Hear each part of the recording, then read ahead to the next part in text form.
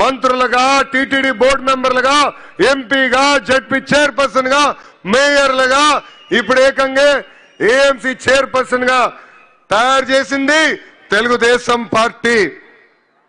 2019 నుంచి 24 వరకు మనం ఒక చీకటి రాష్ట్రం చూసాం, చీకటి రాజ్యం చూసాం. బీసీ సోదరులు బయటకు వచ్చి మాడితే ఆ రోజు మన ఎట్లా కొట్టి తరిమారో మనందరం చూసాం.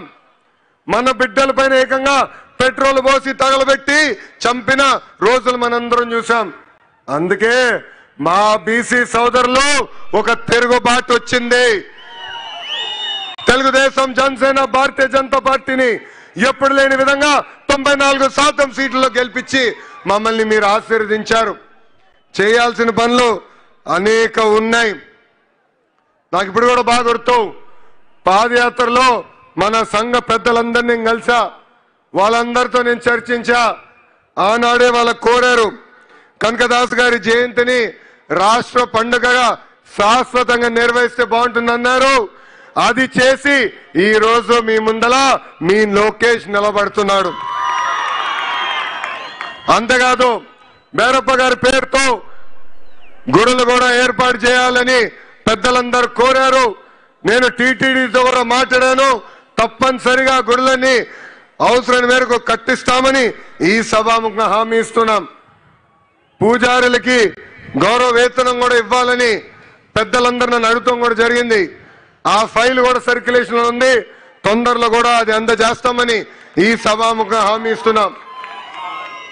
మా కురుబ సోదరులతో కోసం గతంలో అనేక కమ్యూనిటీ భవనాలు కట్టాం. చివరి దశలో పనులకు వచ్చి గల ప్రభుత్వాలు మారినాయి. ఆ పనులు పూర్తవలేదు.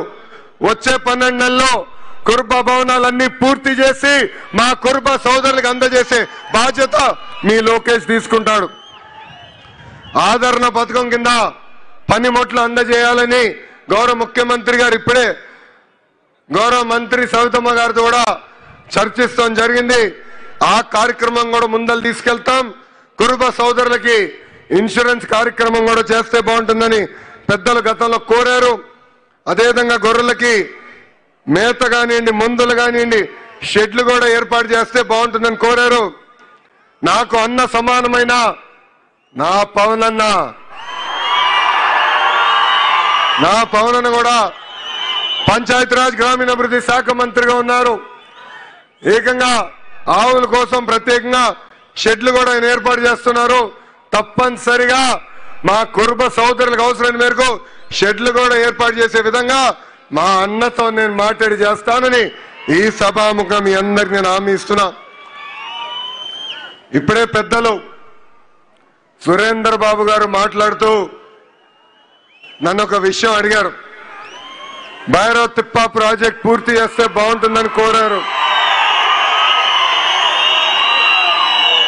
భైరవ్ తిప్ప ప్రాజెక్ట్ శంకుస్థాపన చేసింది తెలుగుదేశం పార్టీ, పూర్తి చేసేది కూడా ఒక తెలుగుదేశం పార్టీనే. కరువు ప్రాంతం లాంటి అనంతపూర్ జిల్లాలోనే కార్లు పండించే విధంగా అనేక పరిశ్రమలు మేము తీసుకొచ్చాం. సాగునీటి ప్రాజెక్టులు పూర్తి చేస్తాం. మన జిల్లాలో నిరుద్యోగ యువకులకి పెద్ద ఎత్తున ఉద్యోగాలు కల్పించే లక్ష్యంతో ఈ రోజు పరిశ్రమలు మేము తీసుకొస్తున్నాం.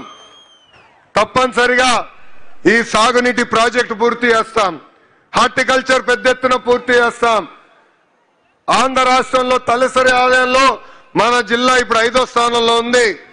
అందరం కష్టపడితే రాబోయే 3.5 సంవత్సరాల్లో 3వ స్థానాన్ని కూడా తీసుకెళ్లే బాధ్యత తెలుగుదేశం పార్టీ తీసుకుంటుందని ఈ సభాముఖం మీకు హామీ ఇస్తున్నాం. దశాబ్దాలుగా